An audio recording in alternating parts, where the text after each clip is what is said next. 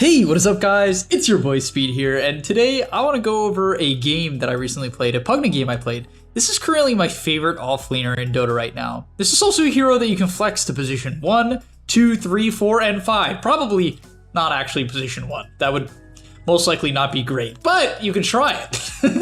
Either way, this is one of the most flexible heroes in Dota. I think it's incredibly powerful, and I just wanted to cover a game I played recently that has helped me to get to rank 48!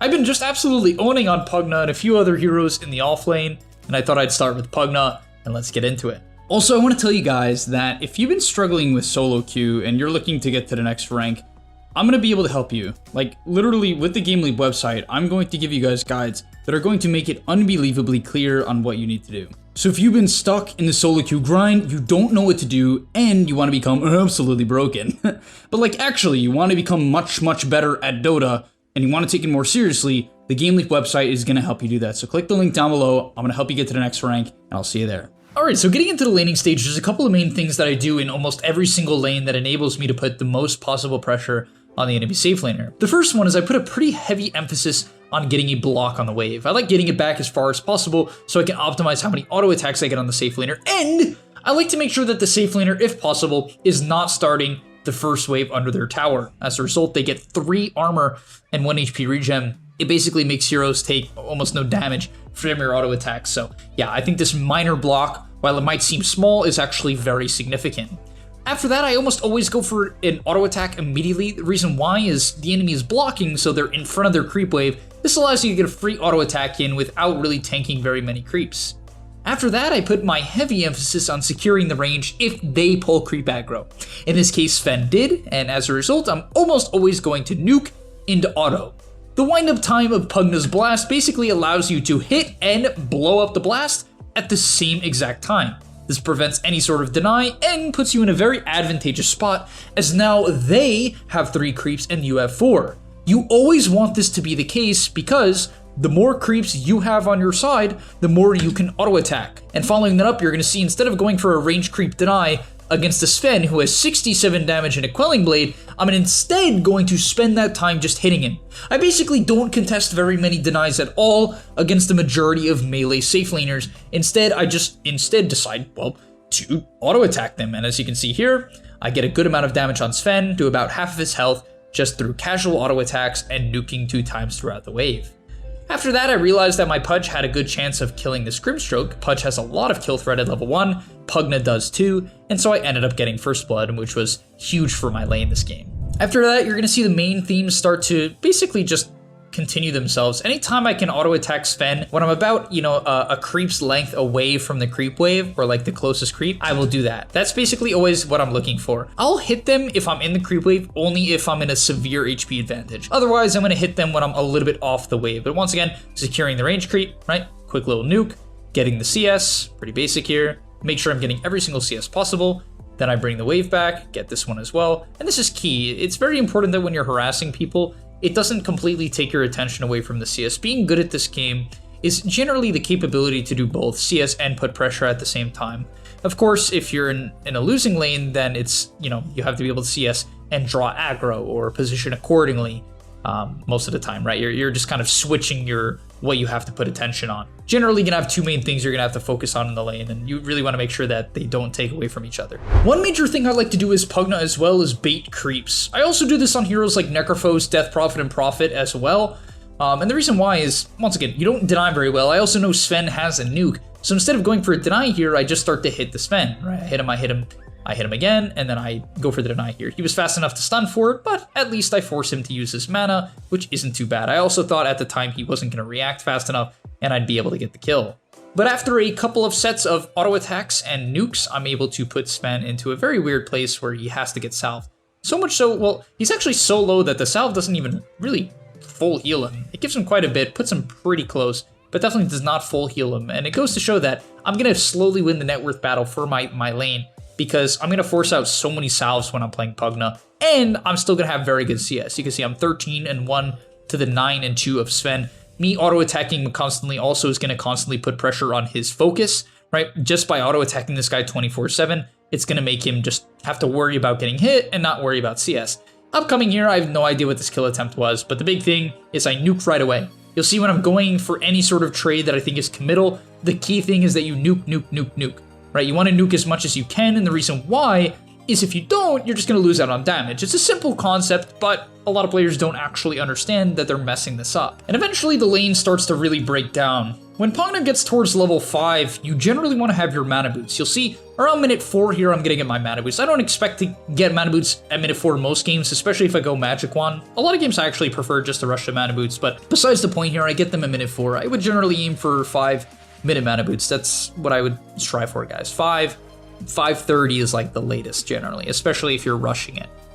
Either way, end up going for the Sven kill, and yeah, this is why I actually love laning with Pudge. Like, I actually think Pudge Pugna is a great lane. It's a hero I actually genuinely enjoy laning with. Like, I think it's a good lane, not even something I'm just putting up with. So yeah, it's just something I would keep in mind, guys. Just look to pick these heroes like Pudge in lane. Clockwork is very good as well. There's a lot of good examples of heroes that just kind of enable Pugna and work well with him in the mid game as well with his magic damage amp. A big thing I do want you guys to realize that enables me to like really just have good games most games is my CS. You'll notice I'm second highest behind a mid lane Jakiro who has access to his small camp, right? And I don't think a lot of people understand that like you can't grief your CS on the off lane. You need to have just as high as the safe laner or higher, right? Like, I think a lot of people think like, oh, you know, that's not my job. It's not to get items. Items enable you to make plays. It's as simple as that, right? Like, mana boots lets me put pressure. It's not the other way around, right? It's not like, oh, I put pressure and then I hope I get mana boots. It's I get mana boots and I put pressure with the mana boots, right? The extra mana that I have with this item. So following this up, the game kind of slows down here. I end up going a 3-4-0 build. Anytime I get an early Aether Lens, I like to max out my Decrep as soon as possible when I see that this is going to happen, just because I like to have Decrep maxed out on the Aether timing. I think it's a very powerful timing where you can spam Life Drain on people. Moving on from there, basically what you'll see me do every single game if I'm playing Pugna is essentially look to take the safe lane tower and farm the nearby area. I'm going to prep the creeps accordingly every single time. If I have level 3 nuke, this is what I do, right? So with level 3 nuke, you hit the range creep once, then you have to hit the melee creep once, and that's going to secure you 2 CS with 1 nuke. It's very convenient. Make sure you don't miss any CS. But yeah, honestly guys, I farm a lot this game. My team ended up like losing their lanes pretty hard, which goes to show that we're 2k net worth behind at minute 12 in a game where I'm 2-0 and 4 with 87 CS in a safe lane tower. But you know, it is what it is. The main thing that I think I do proper though in these games is I don't panic when my team is collapsing. I don't like freak out and say, oh my god, you know, like we lost, or oh my god, I have to go fight. I still wait for my timings. I get my Aether here, I'm level 10 now, and now I'm incredibly strong. If I panicked and I started roaming when I was level 7 pre-Aether, I probably would just die, right? Because Pugna's cast ranges are shit. This hero pre-Aether honestly just feels pretty crappy, I'm not gonna lie. And so I really almost solely farm until I hit this timing. In this clip here, now I'm gonna have my Aether, and you're gonna see how that hugely changes the fight outcome. The main thing you do as Pugna is you just kite the outside and you go on the closest person. The reason why is if you go on anyone else, it's often going to put you out of position and get you killed. So the only exception to this is Jakiro has a haste. As a result, Decrep won't slow him, so I decided not to go on him. I might have been able to anyway. It could have been okay just to do some damage. I ended up deciding just to go on the Lich and blowing him up. And the spell execution for Pugna is very simple. It's essentially Decrep, nuke, and then Life Drain. The only time you nuke first is basically as if they don't see you coming. And the reason why is the nuke has slightly worse cast range. So you want to slow them so that you can actually set up for the nuke and you're not going to miss it. But also one thing you have to do is cancel animations. If you don't move in between spells, your Life Drain will take a second to cast and it's very bad. I don't have an example of it in this game because I don't think I mess it up ever. But the point is that as I walk up to this Lich, you're going to see I'm going to Decrep him. I'm going to nuke and then Decrep him. In this case, the reason why I nuke and Decrep this guy is because he's so close, right? So it's actually contradictory to what I just said. So I'm like, Speed, you're an idiot, blah, blah, blah, blah. You know, the reason why I nuke here is he's running into me. I know he's not going to juke my blast, and so I blast first here because I don't need to worry about staying in position. The blast's cast range, as I said, is worse than Decrep, and so often in mid-game teamfights, you just want to Decrep Life Drain. You don't even want to blast. If you blast, it will get you killed because you'll step up too far. And in this case, there's no way I'm going to step up too far. I'm under my tier 2 tower, and the enemy team is not really collapsing yet, so I'm completely fine. After that, I decided to place another ward.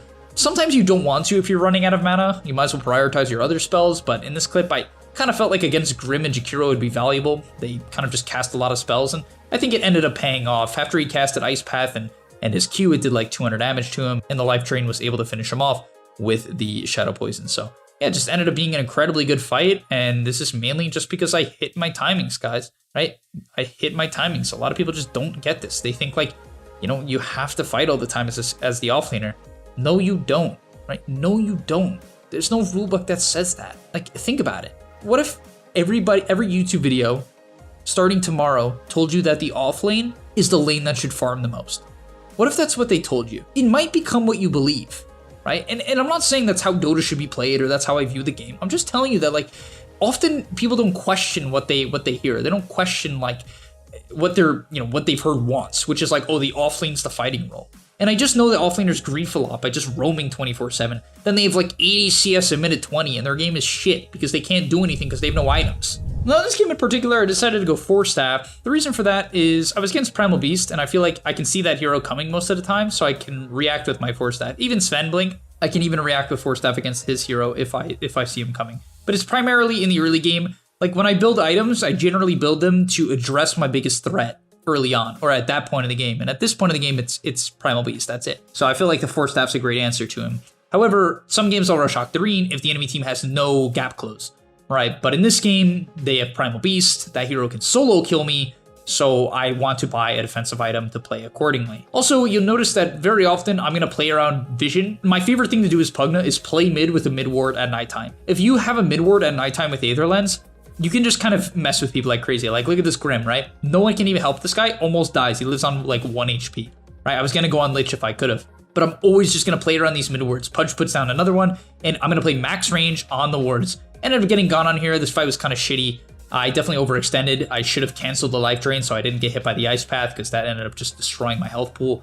And then I had to use the 4-staff to just get away from Macro Pyre and not Primal Beast, and I ended up going down. So a bit of a shitty engagement for me. I think the idea is the right idea, though. I would make that play again. I would just do it differently, which is I would be a little bit more defensive. I wouldn't commit as hard to my original Life Drain. I would poke, do about 500-600 damage to Jakiro, then back off when I see the Ice Path animation winding up. Then I think that would have worked out.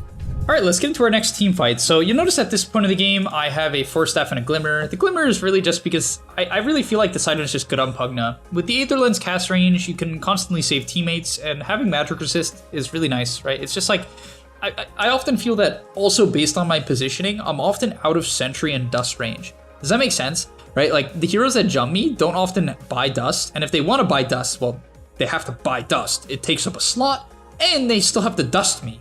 And a lot of the backline jump heroes in Dota are magical damage, like your Embers, your Void Spirits, your Storms. So I love Glimmer on Pugna. Now, this game, there isn't that.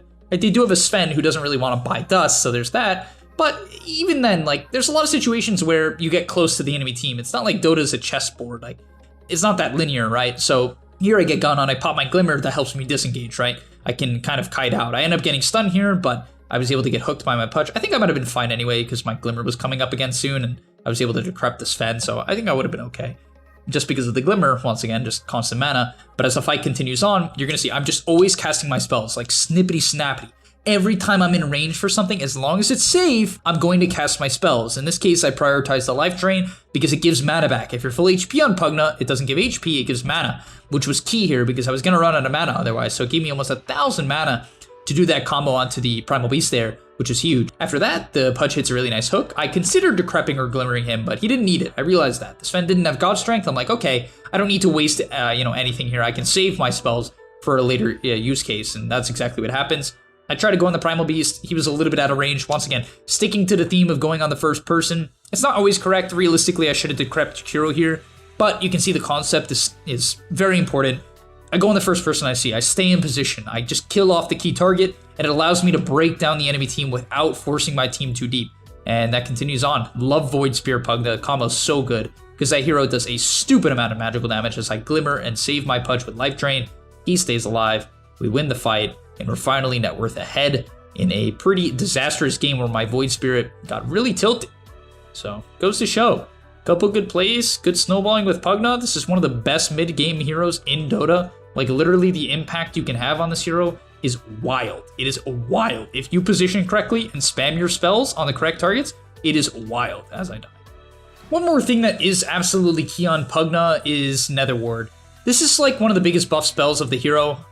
So there's two things I want to go over now: Nether Ward usage and the talents. So the main thing is in team fights, you want to throw it down when you know the enemy team is committing, and you want to put it in a place where they can like hit it, but not really, right? Because you can decrep Nether Ward, so you can often bait the enemy team to hit it and put them out of position. So often you'll see me throw Nether Ward down here, and the radius is huge, so I could throw it down further back and it would still hit them.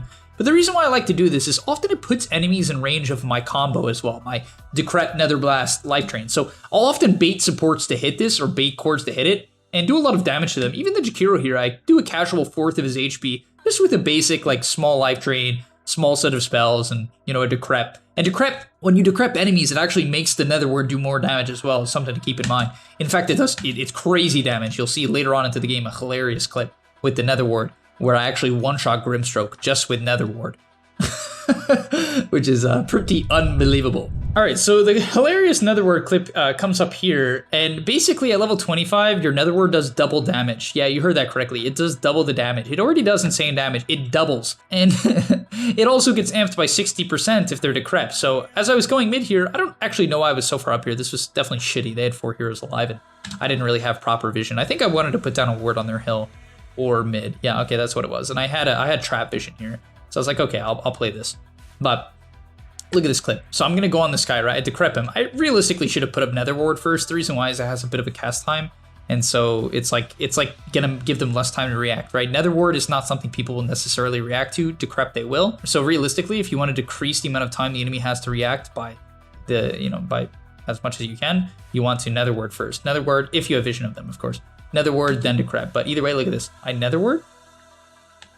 He takes 765 damage from casting his ult, which is 250 mana. He takes, I'm going to repeat that, 765 damage from casting his ult.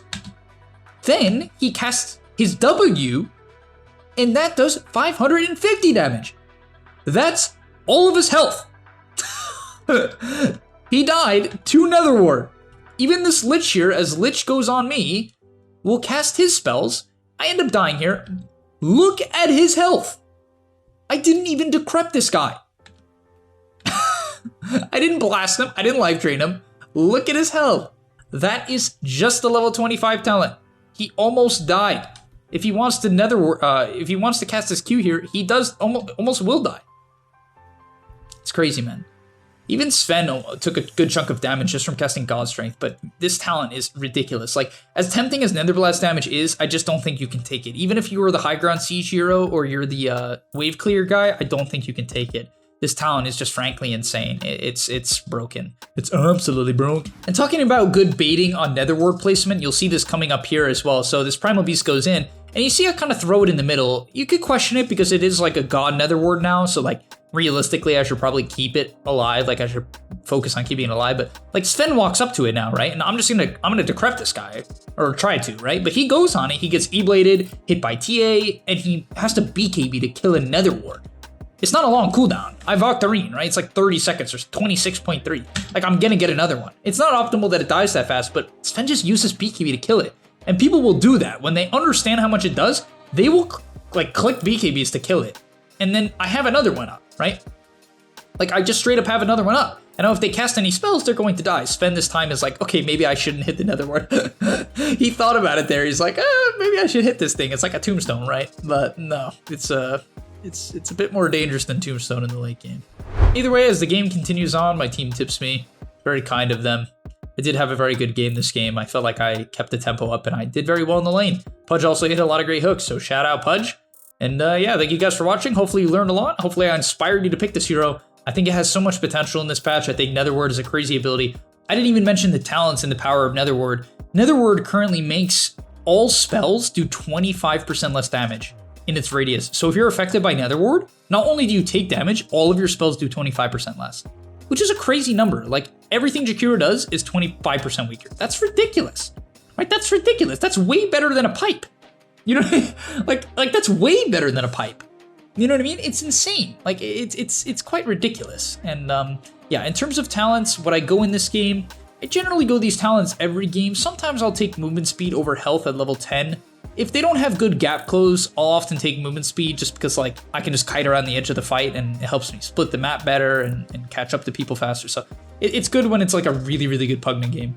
At level 15, sometimes Netherward health is tempting. It is a very good talent. It makes the Netherward ridiculously hard to kill, but Nether Blast cooldown, it just makes you clear waves. Like it feels so good, man. It just feels right. Like I'm not gonna lie, as tempting as Netherward health is, and I often think it is the better talent, Nether Blast cooldown, it is just good, right? Like it feels good for clearing waves, for farming, even in team fights it feels nice. For sieging it feels nice. So I personally like taking Nether Blast cooldown, but I think if it is a top tier Netherward game, like even in this game it is a top tier Netherward game, Grim, Lich, and Jakiro all cast like a ridiculous amount of high mana spells. So you could take it. At level 20, I almost always take Decrepify Duration. Life Drain Heal is okay in some games, but that's not really my goal this game. That's not what I'm doing. That's not what I'm building around. I'm playing around kiting and Netherward mana per damage. I discussed that one. But all right, thank you guys for watching. I'll see you in the next one, and best of luck in your matches. Peace. And that's all, but remember, before you leave, come on, before you tune out, subscribe to the gameleap website where we are going to help you get to the next rank. If you're stuck, click the link down below, and I'm out. Peace.